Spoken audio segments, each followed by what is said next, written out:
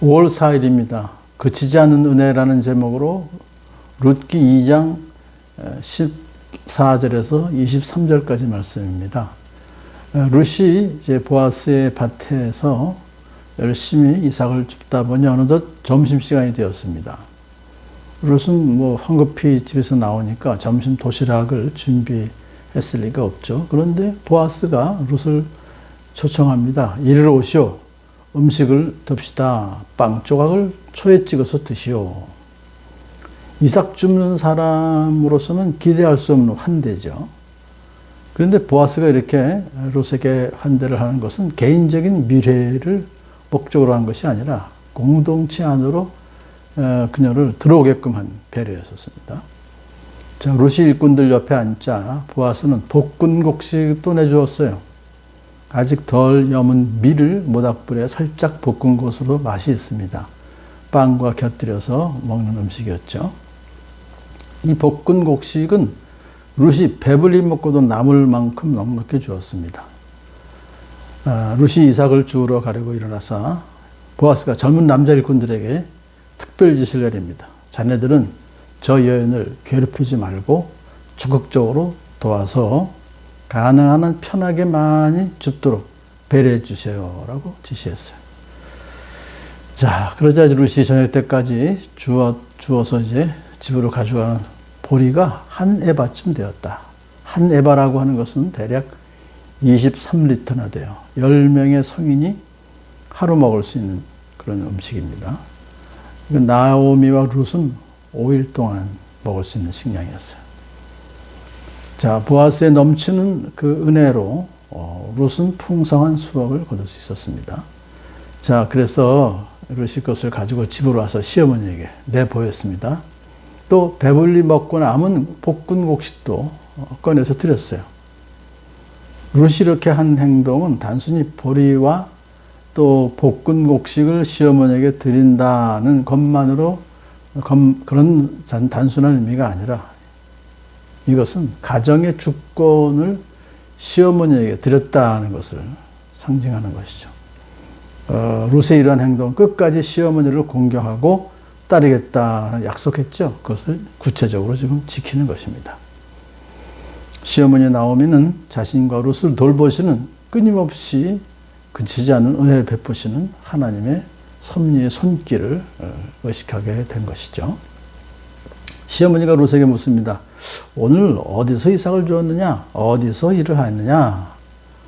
너를 이처럼 생각해 준 사람에게 하나님이 복을 베푸시길 바란다. 아직 나오미가 대답도 안 했으니까 누군지도 모르지만은 그렇게 룻에게 잘해준 그 사람에게 하나님께서 복을 베푸시길 원한다. 축복해 준 것은 나오미의 신앙이 반듯한 사람이라는 것을 알게 해주죠. 그러자 룻이 나오미에게 대답합니다. 오늘 내가 가서 일한 밭의 주인은 보아스라는 사람입니다. 유대 전승에 가면 이 보아스는 나오미의 남편 엘리멜렉의 조카라고 그렇게 하고 있습니다. 하여튼 가까운 사람이에요. 보아스라는 이름을 듣자 나오미가 며느리에게 말합니다. 그는 틀림없이 주님께 복받을 사람이다. 왜냐하면 그 사람은 먼저 세상을 뜬 우리 식구들에게도 자비를 베풀더니, 그건 이제 남편 엘리멜렉과 두 아들을 얘기하는 거죠. 살아있는 우리에게도 이제 나오며 룻에게도 한결같이 자비를 베푸는구나. 그치지 않는 은혜를 말하는 거예요. 한결같이 자비를 베푸는구나. 자, 그런데 보아스가 나오미 가족에게 물론 한결같이 자비를 베풀었지만 그 배후에는 하나님이 계셨죠. 하나님이 그치지 않은 은혜로 그 가족을 돌보신 것이죠. 왜냐하면 하나님의 섭리로 룻이 찾아간 밭이 보아스의 밭이어서 우연히가 아닙니다. 하나님께서 그렇게 인도하신 것이고, 마침 또 바로 그때 보아스가 그 밭에 와서 룻을 만나게 되잖아요. 그것도 다 하나님의 섭리였다. 이렇게 알고 있습니다.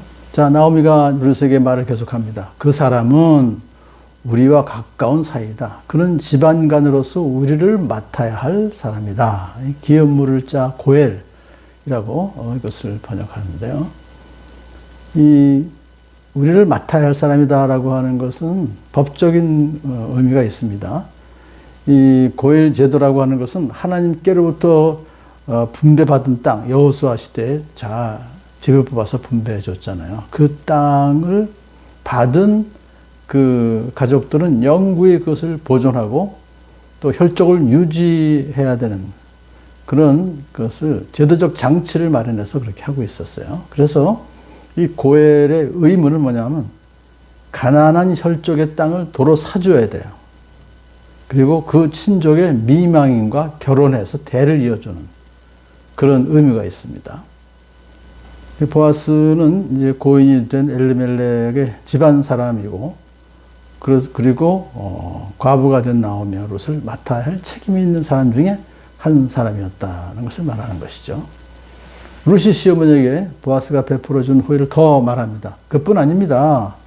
그가 데리고 있는 젊은 남자 일꾼들이 곡식 거두기를 다 끝날 때까지 그들을 바싹 따라다니라고 했습니다. 이 바싹 따라다니면서 이삭을 주라는 얘기죠.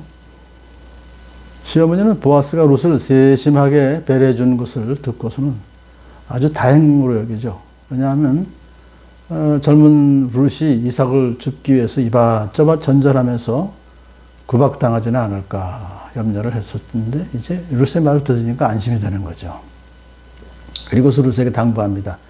얘야, 그가 데리고 있는 젊은 여자들과 함께 다니는 것이 좋겠구나. 거기에 쭉 그 밭에서 계속해서 이삭을 주어라, 그런 얘기죠. 젊은 남자 일꾼에게 시달림 받다가 다른 밭으로 가지 않아도 되니 말이다. 안전하게 그것에서 보호받으면서 열심히 이삭을 주울 수 있겠구나. 그리고 나오미의 그 말 속에는 보아스가 엘리멜렉 가정의 고일이 될 자격이 있고 또 그가 기업을 물러주기를 자기들에게 원하는 속내가 들어 있습니다. 그래서 룻이 그 밭에서 계속해서 일하게 되면은 보아스와 룻 사이가 지속적으로 만날 수 있게 되죠. 그래서 뭔가 좋은 일이 생길 수 있잖아요. 좋은 감정이. 그걸 지금 생각하는 거예요. 나오면. 그리하여 룻은 보리 거두기 뿐만 아니라 밀 거두기가 끝날 때까지도 보아스의 집안의 젊은 여자들을 바싹 따라다니면서 이삭을 주었다. 이 장의 마지막입니다. 그래서 룻은 시어머니를 모시고 살았다. 아마도 그렇게 보리 이삭 줍고 또 밀 이삭 주울 때까지 시간이 굉장히 오래 걸렸었겠죠. 보아스는 룻이 정말 현숙한 여인으로 정숙한 여인으로 열심히 시어머니를 위해서 일하고 있는 것을 계속해서 지켜볼 수 있었을 것입니다. 하나님은 보아스를 통해서 텅 비었던 나오미의 가정에 큰 은혜를, 지속적인 은혜를 베풀어 주셨고요. 나오미는 텅 빈 줄로 알았던 자신의 삶에 하나님의 은혜가 그치지 않고 오히려 넘치는 것을 깨닫고 감사할 수 있었습니다. 오늘날도 마찬가지입니다. 텅 비었던 우리 삶 속에 하나님의 끊임없는 그치지 않는 은혜가 넘치고 넘치게 해 주실 줄을 믿습니다.